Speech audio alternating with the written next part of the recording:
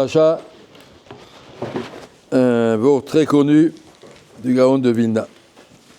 On dit au Gaon de Vilna, quand il faisait Shnaim Mika Vechatargum, il dit j'essaie de me rappeler, au fur et à mesure, tout ce qui est marqué dans le chasse, j'essaie de le trouver dans le Chumash. Alors on lui a dit une fois, c'est marqué quand on va visiter un malade, on lui enlève 1/60 de sa maladie. Où c'est que c'est marqué dans la Torah? Il a dit le seul endroit où on parle de visiter un malade, c'est un parashat Vayechi, que Yosef est parti faire un bikur cholim. Hine avicha cholé, ton père est malade. Et Vaïkar et Shneban Avimo, il a pris ses enfants, Nachev et Ephraim, et il est venu faire un bikur cholim à son papa.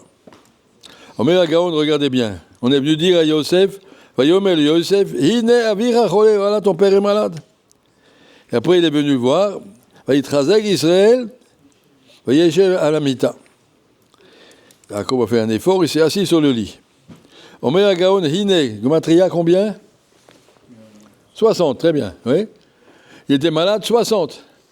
Mais comme il est venu le faire Bikur Cholim, son fils, Vayitrazek, Vayeshev à la mita, Hamita, Gematria, 59. Il a enlevé un 60e. La Torah nous a montré déjà ici, chaque petit détail, c'est tout est marqué, chaque Gematria, Hine, ça devient Halamita. C'est pour nous montrer combien que la Torah est précise, beaucoup plus que ça, mais déjà un petit peu nous montrer qu'il n'y a pas une chose qui n'est pas écrite dans la Torah chez Birtav, mais il faut le découvrir. Et dans la paracha, je reviens à un autre sujet, lorsque Yaakov a béni Yosef, quand il lui a demandé « Tu vas m'enterrer en Eretz Israël », il a donné un cadeau. Il a béni ses enfants, Ephraim et Menaché. Vayomer Israël Yosef. Hine anavrimet. Vaya Elokim imachem, veshiv etrem, eretz avotechem. Va'ani. Natati lecha shechem achad alachecha. Moi, Yaakov, je vais te donner un cadeau de plus que tous tes autres frères. Shrem, Rachid dit Shrem mamash. La ville de Shrem va appartenir à Yosef, comme on va partager Eretz Israël. La ville de Shrem, Naplouz, Sichem, appartient à Yosef. Pourquoi Yaakov l'a partagé personnellement? Achel Akarti Miyad Eimori, c'est moi-même qui ai conquis cette ville. Il n'a pas attendu Moshe et Yoshua et toutes les conquêtes ultérieures. Moi-même, Moshe et Yaakov, j'ai conquis cette ville. La Karti Miyad Eimori, j'ai repris la main des Knanim qui étaient là-bas. Becharbi, avec mon épée et avec mon arc. Et la question est, Yaakov, il n'était pas tellement un homme de guerre, qui savait faire des épées, des arcs et tout ça. Alors Targum, il traduit, Bitzloti ou Baouti. J'ai conquis cette ville avec ma prière et ma prière. Tzloti ou Baouti, Bakashati, Bekashti. Comme on dit dans le Kaddish, Kit Kabel, Tzloton ou Baouton. Il y a deux formes de tfila. Il y a Tzloti ou Baouti, il y a Charbi et Kashti. Et le Meshech Chochma nous explique qu'il y a la différence entre ces deux formes de tfila. Il y a une tfila qui s'appelle Cherev, comme une épée, et une tfila qui s'appelle Kashti, comme un arc avec des flèches. C'est deux sortes de tfilotes. C'est un word connu qui est marqué en Meshech Chochma. C'est quoi cette conquête que Yaakov a faite? C'est comme ça, je suis arrivé à chasser tous ces Émorim qui étaient là-bas, et cette ville maintenant m'appartient, je te l'offre à toi, Yosef. Mazebe Charbi, Bitzloti, ma prière. Ma prière, c'est, dit le Meshech Chochma, les mots que Chachamim ont donnés, soit dans Tehillim, soit dans la Hamida, soit dans Birkat Hamazon, sont des mots très précis. Chaque mot, avec des matriotes et des rochettes, et ce que tu veux, toutes sortes de 220 000 volts. C'est très fort, ce sont des mots très forts. Et si tu les récites comme il faut, avec ta kavana, tu donnes une force extraordinaire, la force des mots qui peut faire ce qu'Akadosh Baruch Hu a mis dans ces mots. Les mots de la Tfila, il y a marqué la Hamida, elle était faite par 120 Chachamim, dont beaucoup de Nevi'im, à l'époque de la construction du deuxième temple. Et donc ils ont fait des choses extraordinaires. Ils ont mis dans les mots de la Tfila des forces, et ce sont des mots atomiques. Tu dis la Hamida, même si on a une toute petite kavana, où on pense à beaucoup d'autres choses en même temps, Mais un petit peu, on l'a dit, le fait les mots eux-mêmes ont une une force atomique. Comme un khérev. Un khérev, c'est une épée. Une épée, c'est tellement aiguisé, tu le poses sur le cou du bonhomme, ça lui coupe la tête. Tellement une épée, c'est lourd.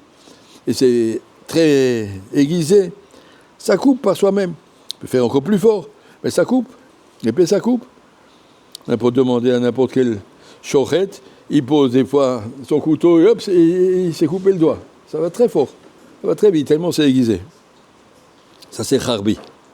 Alors que Kashti, c'est une épée, un arc avec des flèches. Des flèches, tu peux piquer quelqu'un comme ça fait rien. Il faut que ça tire très fort, tu tires la flèche vers toi, et quand elle est elle a beaucoup d'énergie cinétique, tu lâches, et là, ça va rentrer dans le client. La force de Kashti, du Keshet, c'est seulement combien que tu le tires vers toi.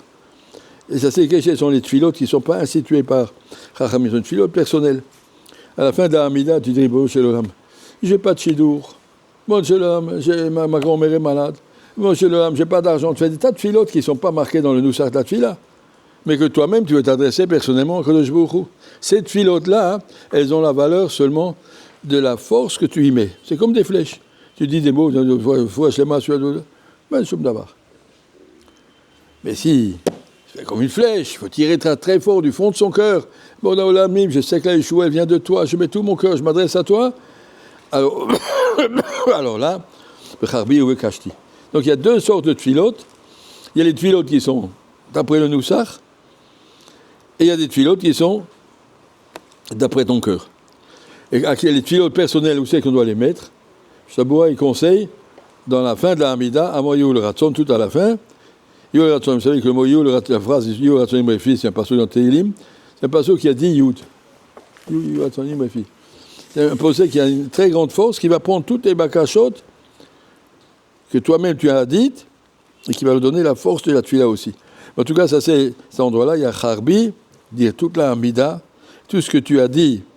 Remarquez, un petit enfant, à partir de quel âge il arrive au Gan Eden s'il meurt? Il dit une fois Amen à un Kaddish, il a sa place au Gan Eden. Ou un petit enfant à 2 ans et demi, il peut dire Amen. Il n'a pas une grande kavana, il ne comprend pas grand-chose. Mais le mot lui-même, il est déjà assez fort pour prendre cette neshama pour l'amener au Gan Eden. Ça, si c'est une tfila normale, instituée, le mot a une force. Alors nous, on doit savoir apprécier les deux, comme il a fait Yaakov Vinu, Kharbi et Kashti. Mettre des mots dans la kavana, des mots dans la tfila, dans les mots comme ils sont écrits, faire attention de dire tous les mots exactement. Et après, dans les tfilotes personnelles, y mettre des forces de son cœur pour que ce soit Kharbi et Kashti, qui Kabal, Tchelotorn, ou Baotorn. Il y a les deux sortes de tfila, et que chacun doit pouvoir être exaucé sur les deux choses. Voilà.